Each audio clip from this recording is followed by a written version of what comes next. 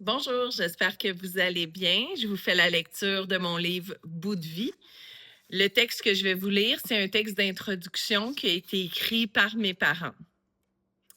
Aujourd'hui, nous sommes le 15 novembre 1986. Audrey vient de voir la lumière pour la première fois. Elle est la quatrième et avant-dernière de la famille. En même temps, elle est la première qui a les cheveux et les yeux bruns. Enfin une qui va me ressembler, apprécia papa. Audrey est vraiment différente des autres enfants de la famille. Elle semble nous dire pas de sieste, moi. Je ne mange pas ce que vous me présentez. J'aime faire ce que je veux et être espiègle. J'aime défier maman et lui foncer dans les jambes avec ma marchette. J'aime attirer l'attention. Oh, comme elle est attachante avec ses beaux yeux pétillants et rieurs. Audrey est une boule d'énergie. Elle est comme un volcan, mais avec un cœur d'or et une âme assoiffée. Vers la fin de son adolescence, elle a explosé et est exposée.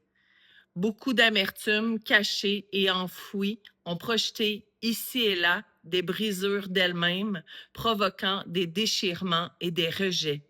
Nous étions dans la zone sinistrée. Un profond cratère vide a transformé la belle montagne. Durant les 4 années qui suivirent, elle est entrée en éruption soudainement et à maintes reprises. Le vide grandissait. Le cratère devenait de plus en plus profond. Audrey n'avait plus la soif de vivre, mais une douleur continuelle l'habitait, un mal-être.